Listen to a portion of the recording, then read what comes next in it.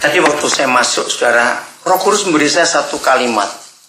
Saya terus mikir tadi itu. Kalimatnya begini, berdoalah dengan bertanggung jawab. Begitu saya masuk pintu gereja ini, saya ulangi lagi, berdoalah dengan bertanggung jawab. Saya terus merenung, maksudnya apa? Berdoa dan bertanggung jawab itu. Nah, mari kita lihat beberapa contoh dari saudara kita, baik perjanjian lama maupun perjanjian baru. Ternyata semua saudara kita yang namanya tertulis dalam Alkitab dan hidup mereka dengan Tuhan, itu doa mereka itu adalah doa yang bertanggung jawab. Nah, apa lawan katanya doa bertanggung jawab? Yaitu berdoa dengan tidak bertanggung jawab. Apa itu artinya doa tidak bertanggung jawab? Doa tidak bertanggung jawab adalah doa setelah kita doa, amin, terus kita nggak buat apa-apa. Nah, itu nggak bertanggung jawab. Dari sejak perjanjian lama, kita menemukan bagaimana saudara kita itu berdoa dan bertanggung jawab. Kita mulai dengan Kejadian pasal ke-6. Kita lihat, dimulai pada generasi Nuh. Dan ini yang Tuhan Yesus sebutkan bahwa sebelum dia datang kembali nanti, maka dunia ini akan kembali seperti zamannya siapa dan zamannya siapa? Nuh dan Lot. Betul? Saya ulangi lagi. Lukas 17 itu menunjukkan kepada kita bahwa salah satu tanda akhir zaman, kalau zaman Nuh dan zaman Lot kembali lagi. Nah, nanti kita akan lihat di dua zaman itu. Nah, ketika zaman itu terjadi, siapa yang bertanggung jawab? Kejadian 6 ayat 1, mulai ketika manusia itu mulai bertambah banyak jumlahnya di muka bumi. Dan bagi mereka lahir anak-anak perempuan. Maka anak-anak Tuhan melihat bahwa anak-anak perempuan manusia itu cantik-cantik, lalu mereka mengambil istri dari antara perempuan-perempuan itu. Ini yang ngeri. Siapa saja yang disukai mereka. Jadi zaman Nuh itu adalah kawin campur dan kawin ngawur. Lahirlah monster. Nah, sekarang terjadi. Jadi kata anak-anak raksasa itu bukan positif, itu negatif. Terjemahan yang betul.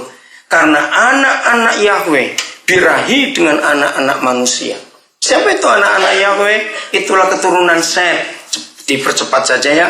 Saudara nanti baca, ketika Set lahir, saat itulah Alkitab menyebut Kejadian pasal 5, manusia baru kembali menyebut nama Yahweh. Nah, siapa itu anak-anak manusia? Itulah keturunan Kain. Karena memang jahat. Nah, itulah kawin campur. Kawin ngawurnya bagaimana? Sama-sama anak Yahweh, tapi hidupnya nggak karuan. Siapa saja yang mereka sukai. Nah, itu zaman Nuh. Kalau zaman Lot, itu homoseks lesbian.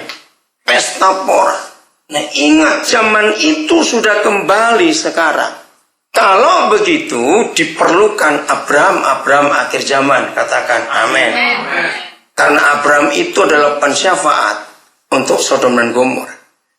Diperlukan Nuh akhir zaman. Nah, dalam keadaan seperti itu, ya, pada waktu itu ayat 4 ya, ayat 4. Pada waktu itu orang-orang raksasa ada di bumi. Nah, pada waktu itu waktu kapan? Yaitu tadi, waktu ketika anak-anak manusia, anak-anak Tuhan birahi dengan anak-anak manusia. Pada waktu itulah orang-orang raksasa, nah itulah monster, saudara, ada di bumi. Dan juga pada waktu sesudahnya, ketika anak-anak Tuhan menghampiri anak-anak perempuan manusia, dan perempuan-perempuan itu melahirkan anak bagi mereka. Inilah orang-orang gagah perkasa. Nah, terjemahnya sangat salah. Bukan orang gagah perkasa. Memang perawakannya tinggi besar, tapi ini monster. Karena kawin campur itu tadi, yang tidak seroh. Wih, ngeri sekali. Orang-orang perkasa di zaman purbakala, orang-orang yang kenamaan. Ini negatif semuanya. Ngeri generasi itu. Dan generasi kita terjadi sekarang ini. Nah, lihat ayat 5. Ketika dilihat Yahweh bahwa kejahatan manusia besar di bumi, dan bahwa segala kecenderungan hatinya selalu membuahkan kejahatan semata-mata. Persis sudah ayat 5 ini terjadi betul. Lihat kok bisa itu loh, orang mikir membuat ekstasi, sabu-sabu. Coba bayangkan, secara bagian tertentu, saudara kagum gak dengan orang-orang pintarnya kok bisa begitu, betul nggak? Kok bisa mereka menemukan ramuan itu Sehingga kalau orang makan itu bisa fly, bisa semuanya itu. Nah, jadi kejahatan membuahkan kejahatan semata-mata. Saudara lihat sekarang teknologi yang Tuhan ciptakan untuk memuliakan Dia, tapi kita lihat dipakai untuk pornografi. Luar biasa. Internet sekarang ngeri sekali. Padahal Tuhan ciptakan untuk yang bagus, betul? Jadi lagi sekali kalimat ini. Dan Bapa segala kecenderungan hatinya selalu apa? Membuahkan kejahatan semata-mata lagi. Bayangkan kata selalu aja sudah nggak enak. Ini semata-mata. Jadi nggak ada yang lain, cuma itu yang dibuat. Lihat sekarang penculikan anak-anak, pemerkosaan dan sebagainya. Itu jahat sekali. Cara-cara orang membunuh sekarang ngeri, saudara. Nah, ini yang terjadi di generasi kita. Nah, dalam kondisi seperti itu, kita lihat ayat yang ke-8. Tetapi Nuh mendapat kasih karunia di mata Yahweh, mendapat favor. Nah, bisa nggak Papa di surga menemukan Nuh pada zaman ini? Ingat, Nuh nggak cuma berdoa, tapi dia bertanggung jawab. Dia buat sesuatu. Inilah riwayat Nuh. Ayat 9, Nuh adalah seorang yang benar dan tidak bercela di antara orang-orang sejamannya. Dan Nuh itu hidup bergaul dengan Tuhan. Saya ingin mengagetkan saudara, tapi saudara jujur ya, cari sendiri nanti jawabannya. Saudara cari seluruh Alkitab. Nuh, Abraham, Musa, Daud, itu tidak pernah ada ditulis begini. Maka berdoalah Nuh, maka berdoalah Musa, maka berdoalah Daud. Itu tidak ada. Enggak ada kata doa. Bahkan Paulus pun waktu berdoa enggak ditulis berdoalah Paulus. Doa itu hanya ada di agama. Sembahyang hanya ada di agama. Yang ada dengan kita bergaul. Katakan amin. Abraham bergaul. Enggak ada Abraham berdoa. Saya kaget waktu Roh Kudus menunjukkan. Waktu jawabannya saudara baca teliti berjanji lama. Enggak ada lagi sekarang. Jadi sejak Nuh ditunjukkan di ayat 6 kejadian ini, ternyata nggak ada sikap agamawi sedikit pun, tapi bergaul, omong-omong, diskusi. Ayo kita renungkan. Zaman Nuh belum pernah ada hujan, itu penting. Tiba-tiba Yahweh berfirman, Nuh akan ada hujan, nanti air tumpah dari langit. Nuh itu bingung, apa itu? Gak pernah ada. Sebab kejadian 1-2 mengatakan hanya ada embun yang keluar dari bumi. Hujan belum ada. Yang kedua, transportasi manusia pada zaman itu masih darat. Belum ada transportasi air. Jadi jangan lagi kapal, jangan lagi perahu, rakit atau getek saja nggak ada zaman itu. Tiba-tiba Papa berkata, Nuh buat kapal.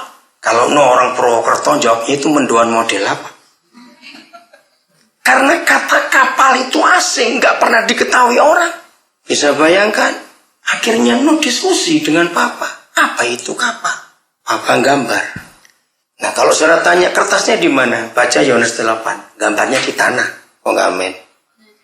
Karena Tuhan Yesus melukis itu. Benar. Ada blueprintnya. Yang lebih hebat lagi. Itu kapal besar, saudara. Yang dibawa nggak cuma kelinci, kucing, kera. Tapi jerapah, gorila, badak, gajah. Yang saya sedih, kenapa dia bawa nyamuk hari itu? Kalau saya di sana, saya akan larang Nuh, jangan bawa nyamuk. Ini belum sembuh betul malaria saya ini berapa hari ini. Gara-gara Nuh bawa nyamuk, ada demam berdarah, ada malaria. Loh serius, saya berkata begitu. Nah yang dibawa nggak cuma yang kecil dan yang gede. Ingat, makanannya juga. Ayo, saudara bisa bayangkan segede apa kapal itu?